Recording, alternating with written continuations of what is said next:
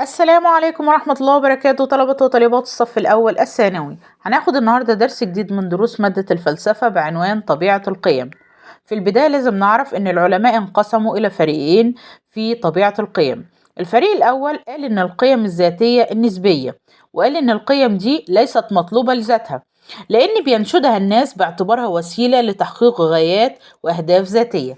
كان من أنصار الفريق الأول ده عالم اسمه أوجست كونت وإيميل دوركايم، والعالم جيرمي بنتام وجون ستيوارد ميل. في البداية كده لما نيجي نعرف رأي إيميل دوركايم وأوجست كونت هنلاقي إن هما بيقولوا إن المجتمع هو مصدر القيم، فالقيم الأخلاقية هنا نسبية بتختلف من مجتمع لآخر، وقال لك إن الفضيلة والثواب في مجتمع قد تكون رذيلة في مجتمع آخر أو خطأ في مجتمع آخر، وبالتالي فالأخلاق والفضيلة عندهم تعتبر نسبية من مجتمع لآخر. مثال على كده قد يكون مثلا شرب الخمر مقبول في مجتمع وغير مستحب وغير مقبول في مجتمع آخر. أما جيرمي بنتام وجون ستيوارد ميل قال إن قيمة الفعل بتتحدد في نتائجه، بمعنى قالك إن قيمة الفعل بتتحدد وفق نتائجه، فالثواب والعقاب هنا هو من يحدد ثواب الفعل، لأننا مثلا بننتج للفعل الذي بيعقبه مكافأة وثواب، وبنبعد عن الفعل اللي بيترتب عليه العقاب.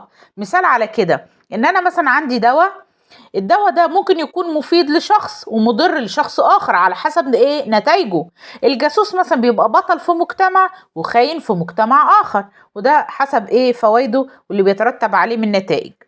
نقدر هنا نشوف ان الرؤية النقدية للفريق الأول ان هم أول حاجة أغفلوا دور الدين من ناحية أوامره ونواهيه، وتحول الإنسان إلى مجرد كائن أناني بيبحث فقط عن منفعته. تاني حاجة إن التوجه ده بيحول الإنسان إن هو يتساوى مع الحيوانات بحثا عن لذته ويتجنب الألم. تالت حاجة صعوبة التمييز هنا بين الخير والشر. أما الفريق التاني عندنا اللي هو بيقول إن القيم موضوعية، ويقصد هنا إن القيم المطلوبة لذاتها هي غاية وهدف بيسعى الناس للحصول عليها لذاتها وليست وسيلة لغاية أبعد. وكان من أنصار الرأي أو الفريق التاني أرسطو ومسكويه. أرسطو قال إن العقل هو مصدر الإلزام، قال إن الإنسان هو اللي بيميز بين الصواب والخطأ والحق والباطل بالعقل. قال لك ومن يعقل أو من يعقل يدرك الحقيقة والصواب إنه واحد، هنعرف إن الحقيقة والصواب هي حاجة واحدة. أما الحيوانات هي اللي بتختار وفق غريزتها. مثال على كده ممكن تكون السرقة بتفيد لكنها ستظل خطأ، وممكن الغش هينفعني في لحظات لكنه برضو يظل خطأ. أما مسكويه فقال إن العقل هو اللي بيميز الإنسان، قالك هنا بتتسم فلسفته بالطبع الإسلامي، وهنا بيسمو بالأخلاق اللي بيميز بها الإنسان عن الحيوان وهو العقل.